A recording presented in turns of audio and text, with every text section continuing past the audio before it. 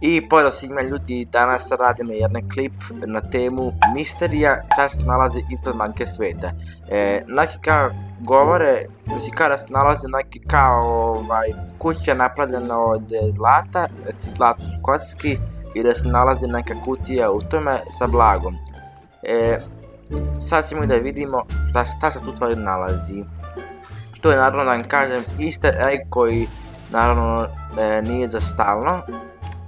Znači nije tu stalno, nego samo na primjer pojavi se na 1, 2, 3 dana i posle nestane i posle nema ga na mjesecima ga nema pa se ponovno pojavi i tako dalje.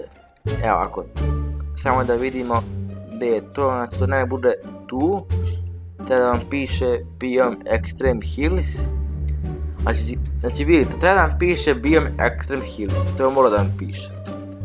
A to sigurno negdje ovdje, evo vidimo neki, to je tu.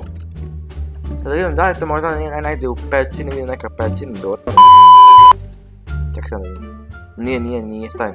Nije ovdje, nego ovdje. Jes tu. Da vidimo šta je dole, da li je to. Opa, moram da pozorim. Da vam kažem da ne znam da li je to skroz dole, ispod banke sveta ili tu možda negdje blizu.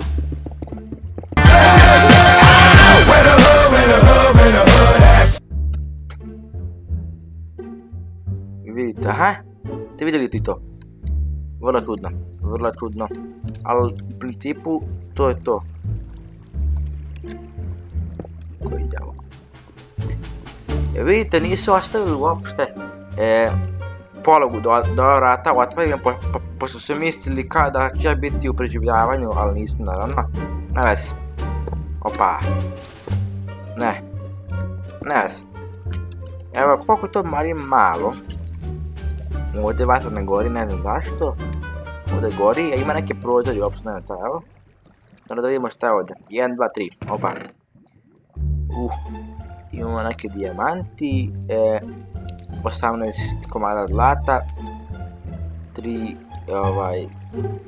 ovoga, ide neka riba, šta je ovo neka, ne znam, neka riba je najbolj, vidite riba i mač neki Herobrine's Gladius.